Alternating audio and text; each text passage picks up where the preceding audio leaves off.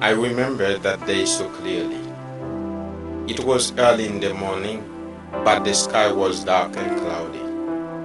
My brother, sister, and I were sitting in front of our house, eating sugar cane, when we heard screams coming from the port of our little fishing village.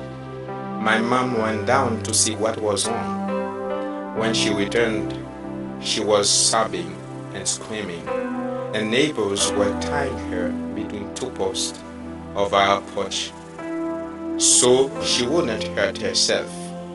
People were yelling that a boat had sunk, and I knew it was my father's. I was only 7 when my father died, but I still remember how life had been before that. He was a merchant, and for our little town was quite wealthy. He made sure we had only the best of everything. But in the days following his death, my mother was forced to sell all that we owned. We became the poorest of the poor, and those we had once looked down upon now looked down on us.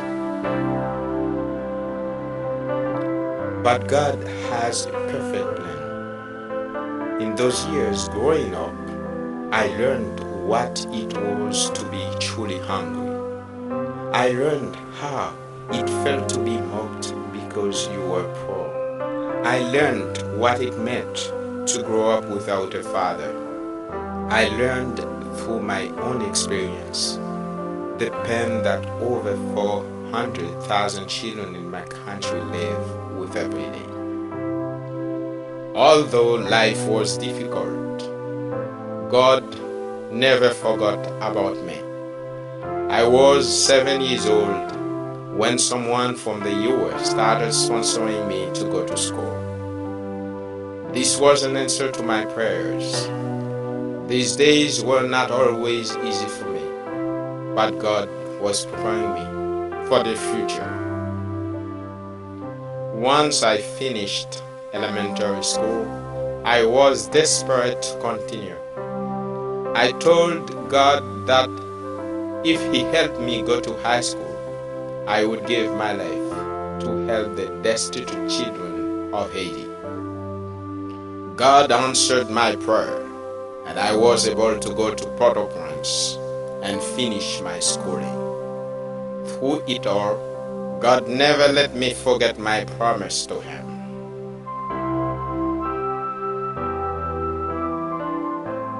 A leper came to him, begging on his knees, "If you are willing, you can make me clean." Filled with compassion, Jesus reached out his hand and touched him. "I am willing." Slowly, Manis made his way through the streets of Port-au-Prince. Moms forced to prostitute themselves to care for their children tried to seduce him, and little children stared at him through empty eyes. Their little bodies were dirty, infected, bites and scrapes testified of their poor nutrition. They reached out to him. The verse haunted him. Compassion touched him. It played in his mind like a broken record.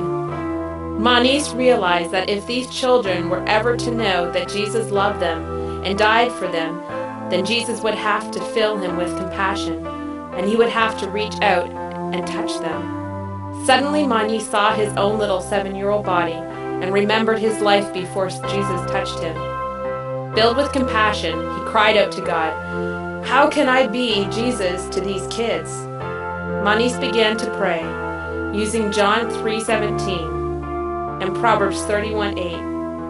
God showed Manis that if he did not send him to condemn them, but to speak for them, these destitute people had a message, but no voice. Speak out for those who cannot speak for themselves, for the rights of all who are destitute. Speak up and judge fairly. Defend the rights of the poor and needy. My mission was clear. God wanted me to love these people and speak for them. defending them in a society that exploited them. So, not knowing how I would care for my mom and brothers, I left my secure job and set out to obey God. In April of 1996, the Lemuel organization was born. It began with 15 kids sitting under a tent in front of my house. Today, Lemuel continues to reach hundreds of children all over Haiti. It is a living testimony of what God can do by His grace and the obedience of one man.